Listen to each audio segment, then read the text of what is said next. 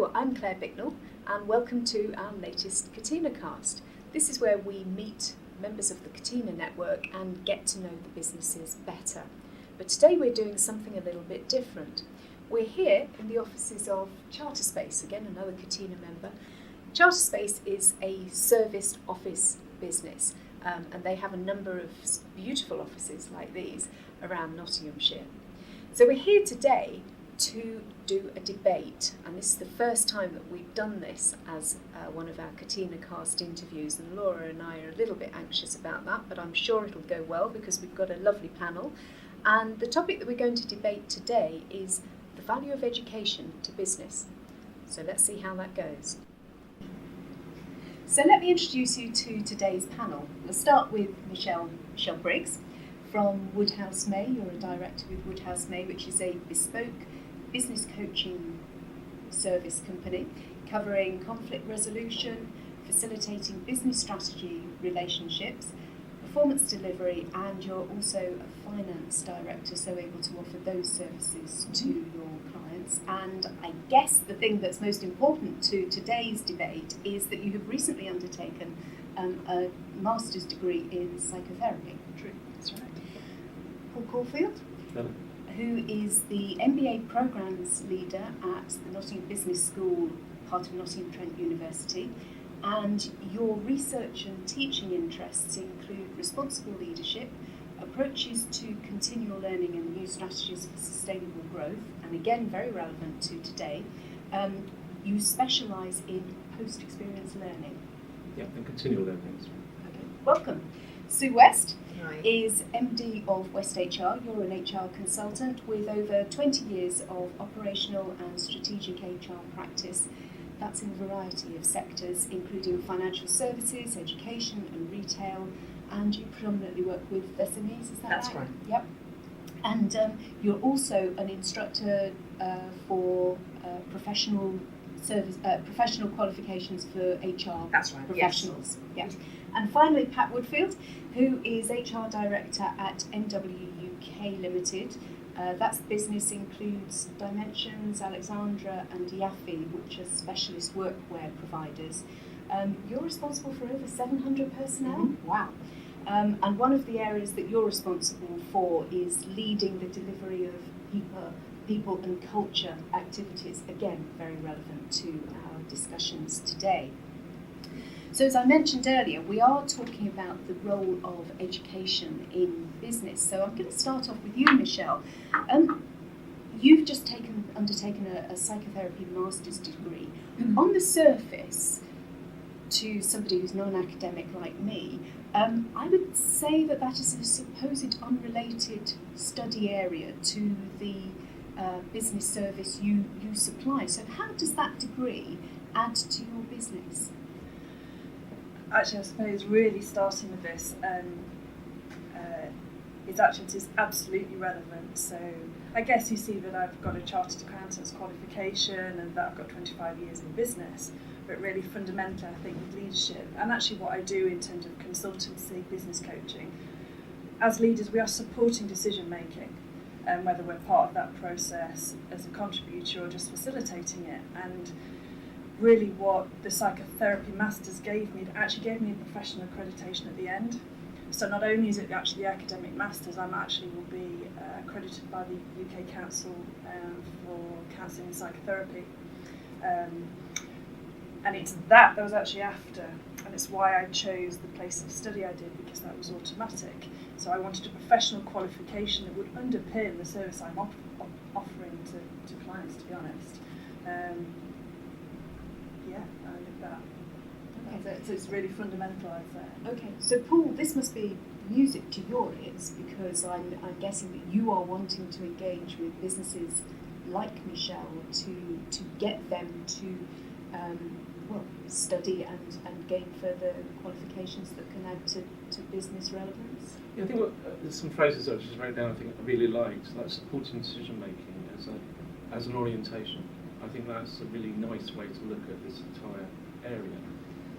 And I suppose my job with that is sort of embedding the culture of learning and a lot of unlearning as well with some of our more senior people, sort of like fresh ways of doing it. That is one of the challenges that we face at the moment. There's so much new to learn. The world's changing so fast. My job increasingly is actually teaching people how to learn rather than actually doing the teaching, which is, I think, a good attitude, and why this type of engagement is important, because I need to be told by businesses what are the priorities, and then work out how do we stimulate that in our students as they come If through. I can throw something in there, that phrase, teaching people how to learn, is very relevant to me.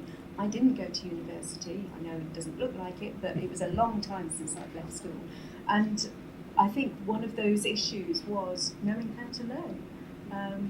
I didn't feel I knew how to learn. Certainly didn't know how to revise. So I think that would be a key thing for a lot of people to engage with and feel safe in going into further academic qualifications within a workplace. We've seen some, there's an interesting part on that there's a massive increase in sort of second career later in life, and we get a lot of people now who are coming to university with a lot of fear about that point. And I'm trying to design a programme working titled Grey MBA for people who are late, 50 plus career changes. Can we not And call it ash blonde? It's very common, particularly public sector, people coming through public sector, immense amount of experience, but put them in a university setting and then there's this huge fear to try and do that little bit. And actually evidence, forgive me from, unfortunately I haven't brought the stats with me, but there's a lot of research about whether it's in the current 21st century or even in the 20th, actually inspiring learning delivers best outcomes, not even about teaching. So that's fantastic to hear actually that MTU, that's really in the mind of how can we encourage people and inspire them to learn. Pat, if I can bring you in at this stage as a HR director of a large organisation, I know that you're always looking for innovative ways to engage people. Obviously you must do a lot of work-based training and skills-based training for people's jobs. So how does an opportunity of further education or academic-related education, how would that work within your organisation? Is that something you embrace? Can you see the value of that to your business? Yeah, and I think on several levels, it's interesting that you were talking about aiming for people perhaps in the older age group, because people are working longer, and very often that means that they're changing their career during the course of their employment, and if we can help them with that, and we've got a number of people who've moved from one part of the business to another, so there's a retraining opportunity. I think some of what we're doing is spurred on by the apprenticeship levy, because it's meant that we have an opportunity to spend some money that essentially otherwise will be taxed, and if we spend enough of it, we get masses more back. So we're pedalling quite hard at the moment to make sure that we get every penny back that we can. One of the things we've done is looked at our engagement survey to see what people's criterion are, and part of the challenge, I think, is finding time to do it. That we've had lots of people who've done day release, which interferes with the business, or go in the evenings, which a lot of people are finding very difficult, particularly if they've got domestic responsibilities. So we're actually working with a couple of colleges now to run programmes in-house, and one of them we're looking at running with some non-competes but who work in the same business park, so that we're offering things like AAT training to people, so they don't have to travel. So it's those sorts of adjustments that I think from an organisation's perspective we can make to encourage people to look at their qualifications. I think that must be something relevant to you and your clients, Sue. So there must be a big cost impact on that, and then again people taking time out of the business. Yeah. And most of my clients don't qualify for the apprenticeship levy due to the payroll bill. So actually they've got this fund of money that they've not had to put into that they can utilise for training as well. So part of my CIPD training, there's a lot of work being done to channel that through an apprenticeship route, and I've got a second programme about to start for that. But from a small business point of view, that they're often in the position that they're thinking, well, how can I compete with the big players? What is it that I've got to offer? There was some research done, and again, like Michelle, I can't reference the source, but talking about more and more graduates are interested in smaller businesses because of the ranging and variety of the roles that there are, and actually seeing more kind of end-to-end of how a business operates. But training and development is often a given, that there's an expectation. So it used to be a stock interview question from a candidate, what training will you offer me? Now there is an expectation of, well, what is the training that goes alongside with this role? How am I going to develop further? So I guess as business people, and I'll include you in that as well, Paul, although you're an academic, obviously the university is a business as well.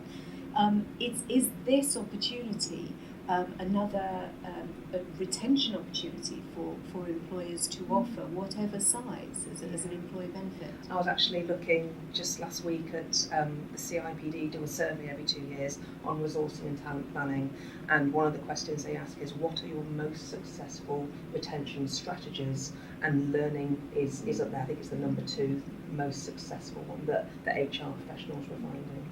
It's something I picked up speaking to both Pat and hearing from Sue, and knowing when I was a finance director with a team, I supported mine to do either A or AAT and then perhaps going on to ACCA. All of us are talking about professional qualifications, and I wonder is the challenge in the university for that, because one of the statistics I have brought is in January the Times noted that since 2010 there's been a 60% drop in part-time students. And this morning I noticed that the ICAEW, which is one of the accounting professional bodies which I'm an associate of, they actually in 2015 had record numbers, and it's a professional qualification. And I think the article talks about fees, and I know my master's cost me 30 grand.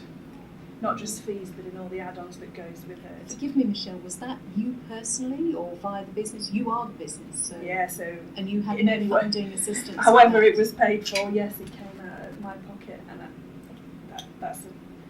and I think with discussion I'm really aware of limited time and which lane we want to go down with it, because it's so complex. And so, I mean, the ICAW, interestingly, put their record figures down to their focus on diversity.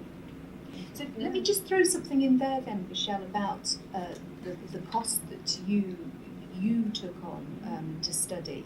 So if that is a general cost, that's a huge investment for a business to make, and particularly for SMEs, but I would say for 700 people, again, a big investment. So you must look for a certain amount of retention for staff to get that payback. How does that work? I mean, so back to my organisation. You can't leave your company. No, but actually when I was finance director, and actually I can relate it how we had a mindset there, and this was at DHP Family Builder, actually, so it was a family company, it wasn't a large PLC. Our philosophy was that it's part of our employment cost. As an FD, I expected, as happens with many accounting qualifications, it's not someone comes and we expect them to stay. It's a conveyor belt. That sounds like they're just like an object. Not absolutely the opposite of that. They were coming in. It's part of our probably more a recruitment rather than a retention issue, in that we bring in, we give a professional qualification. It's AAT, ACCA, we can get staff, and I wanted them to fly and move on. Actually, one of them that we did support training took over from me when I left, which is fantastic. And that's what it was about, not about the job that they're doing for them, for me personally, to stick in that role. So you don't look at it as if you were training staff for your competitors, but it's a short-term or medium-term benefit for your business. I mean, truthfully, I wanted smart, ambitious people who would do a fantastic job. What could I offer them? I could offer them a professional qualification, and it's a two-way street employment. It's not what can they do for me, it's what we can do for each other. Isn't it that classic thing about you'd rather have trained people leave than untrained people stay? Absolutely. Whether it's an academic qualification or not, I whatever. think it's the same. And I think the cost has always been there. But you can do a level 7 qualification for £9,000, and actually that's not completely prohibitive. We tie people in with contracts. So we ask people to sign contracts, and if they leave within a period of time, they pay us back for the cost of the academic training. And I think that's not uncommon. They've been around for a very long time. But whilst it's great what Michelle's saying, that it is more about this psychological contract between the two, because there's so many interdependencies, you can't pinpoint, because we do training, this is the retention and this is the uptake in productivity that we'll get. There's so many other factors that influence that. But there is a plethora of research that does link learning and development to organisation performance. There's a point to pick up there. We were around the structure of the supply. So the apprenticeship levy has changed many things for us. So we offer the apprenticeship, Chartered Management Degree Apprenticeship, which is a level 6 undergraduate programme. Most of my work's on the level 7 Senior Leaders Development Programme, the MBA. And we're very mindful of value. So all of our programmes are linked directly to a professional qualification. So everyone's CMI level 7, and we're just putting in pathways that will be linked to qualifications with the IOD for gender diversity policy for board members. We've got CIM already, we've got CIPD, Association of Project Managers, and we've got Institute of Consultants. So basically every pathway will have at least one professional qualification alongside a degree, and ideally another professional qualification, and that's what we're trying to do. We're also putting in an employer mentor throughout the whole programme, plus an executive coach. So we're hiring a lot of coaches at the moment to put that through. And that, we think, will actually make sure that the companies do get the value, they do get that. And on average, I think the whole apprenticeship will settle out about 9,000 per annum. I think that's where it'll settle out. That's what that's what we've experienced. Yeah, I think that's where we're heading. Some are a bit higher than that at the moment, some are a bit lower, but I think that will be the end game. So for a degree apprenticeship, I think it's going to settle at 9,000 a year. We can just about do it, it's tight. But I think we can deliver this, especially if we start partnering more and actually sort of saying, well, if you're running that, we can put credits for that against the programme, and if you're already doing that in-house, well, that counts stuff with that learning outcome. So I think we're moving to a place of much more co-design with partners, and that's actually quite fun. I used to work for BP in leadership development, so I play coach and gatekeeper quite a lot. And are you getting the connection with the businesses that you're looking for? Presumably the larger corporates like MWUK, UC, do you see the businesses that Sue works with? Not directly, but we do via other groups. So we've got a learning, a growth forum event on 11th of July from memory. There's about 150 people coming to that, so we'll get a sense of it through that, because obviously it's very hard to get many. But I put a general call out for consultation on curriculum design. It's this Friday, and I've got 20 attendees, and I put out 25 invitations. So it's a very simple request. What do my graduates need to know? What do they need to be able to do? Yeah. That's really interesting, because the professional bodies, I know from experience at CIPD, have done a brilliant job in that employers hiring HR professionals say you must have a CIPD qualification.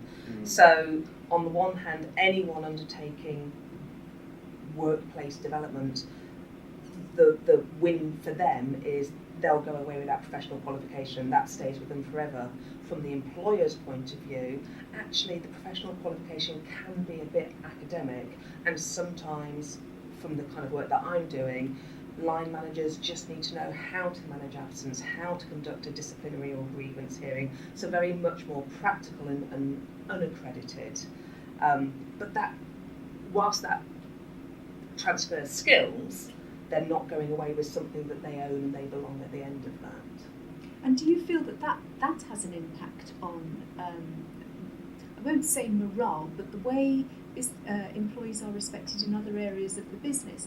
I had a meeting with somebody yesterday who had been doing her role in coaching for 20 years, and then just in the last few years got a master's in the area that she was after, and the partners in the firm then just immediately looked at her differently and asked for the coaching to take place. So is that a natural?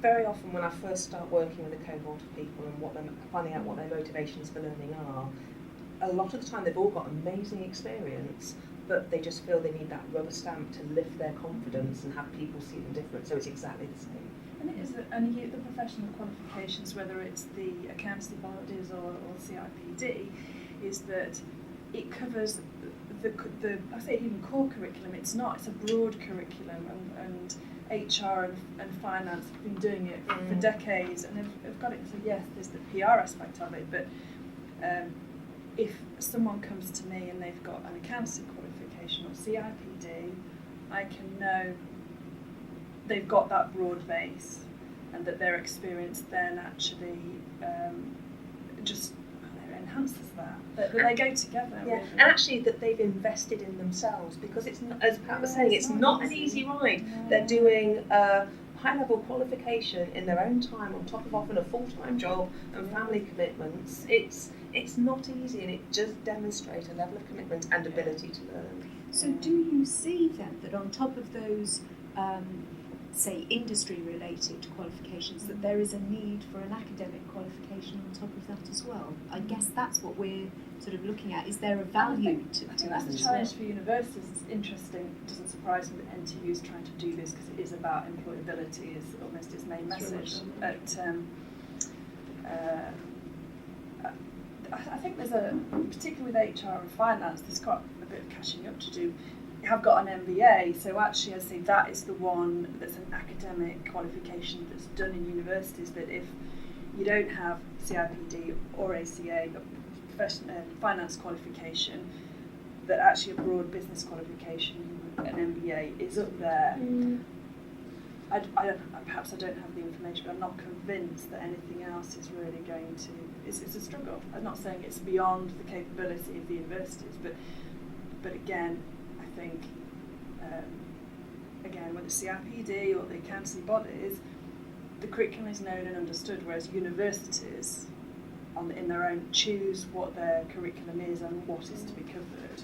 I think it's changing though. So there's some. There was a great example a couple of weeks ago that in Korea, South Korea, obviously, they're opening up business panels to design curriculums at universities, and I think we would be very up for that kind of discussion, given our stance and how we are. I think we have to think about what's the core of the academic learning,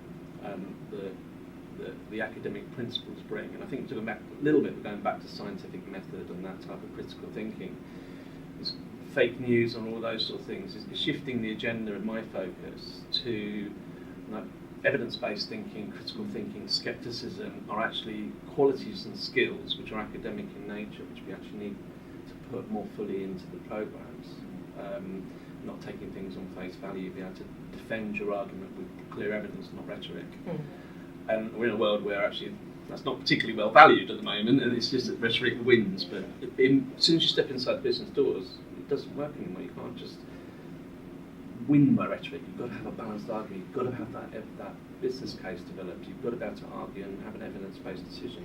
And that, I think, is the competence that, regardless of curriculum, needs to be in there. And that doesn't necessarily mean somebody having a formal academic qualification in order to be able to do that. So coming back to your question, I think it's some and some. With actually to fudge it, our employee engagement survey this year, we had a 95% response rate, which is enormous because I only did one prod. But the feedback from that around development is that yes, they want development, but not everybody wants formal educational development. They want development in other ways, and we run that some of those programmes internally now. It may be that academic institutions can offer that, but very often I think there's an expectation that comes from a training team or a development department or a consultant for some of those skills. So things like action learning sets and peer learning circles that we now run, which is all about learning from experiences and sharing that in the workplace and problem solving as groups, isn't necessarily, there isn't a requirement to have a formal education to do that, but somebody does need to lead that learning. So I think it's looking at learning in its broadest sense rather than just being about technical or academic input. And I think that actually universities, for some large businesses, it would have to be large ones, can come in and devise those programmes as well. So in that listen to groups as well. So if there is a particular set of missing competencies, we're about to engage D2 into as a wider agenda on the SME front. Actually, what are the qualities we need to grow East Midlands business? What is it that we need to have on our plate? And it's a difficult conversation, and it's still pretty new given the change in the levy, but there's definitely something SMEs need as a graduate training programme. That they need something which is maybe a 3-month, possibly a certificate, but something which they can tap into rather than putting it on themselves. They just haven't got the time. Yeah, and I think there needs to be a business case for whatever the learning activity is.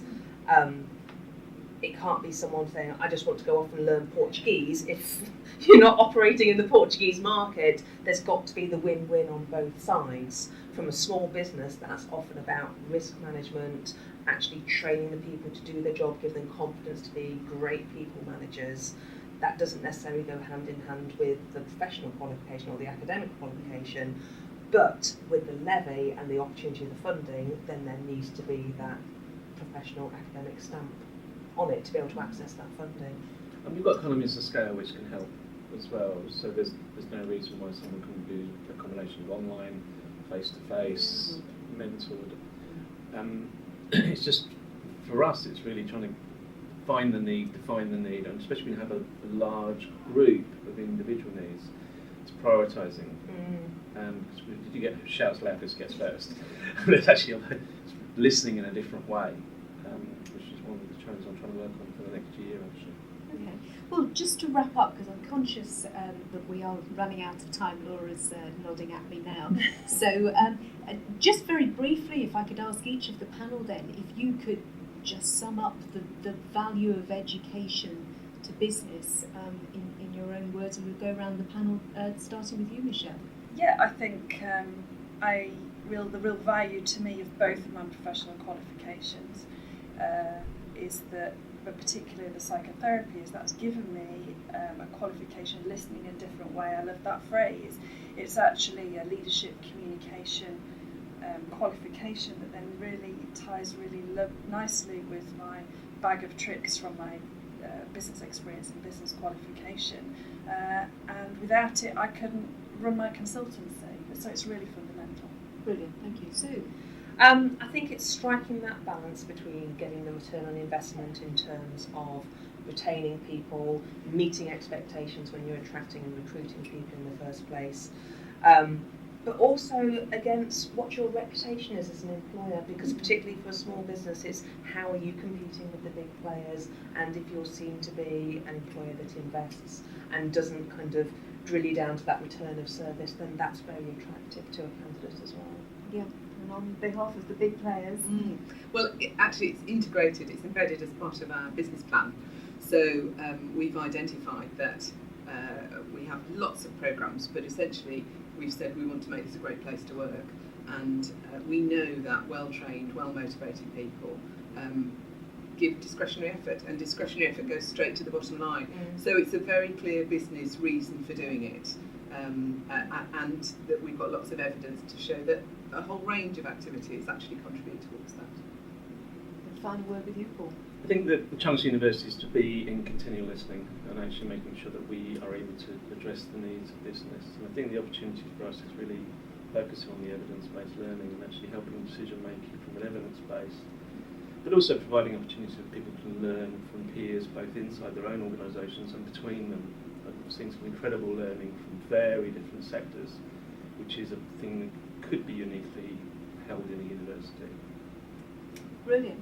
Well, I'd like to thank all the panel for being here today. This was our first panel discussion. I think Laura and I were slightly anxious about how this was going to go, but I couldn't have been more happy with the points that have been raised. I think it's been a really interesting debate, and in our usual fashion, I'd like to thank you all for helping, and we have our Catena wine.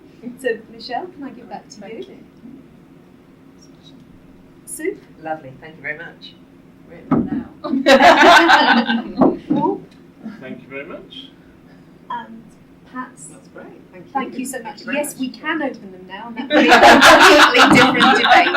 Right. Thank you so much for watching this. All the contact details are at the bottom of this video, and we look forward to seeing you next time.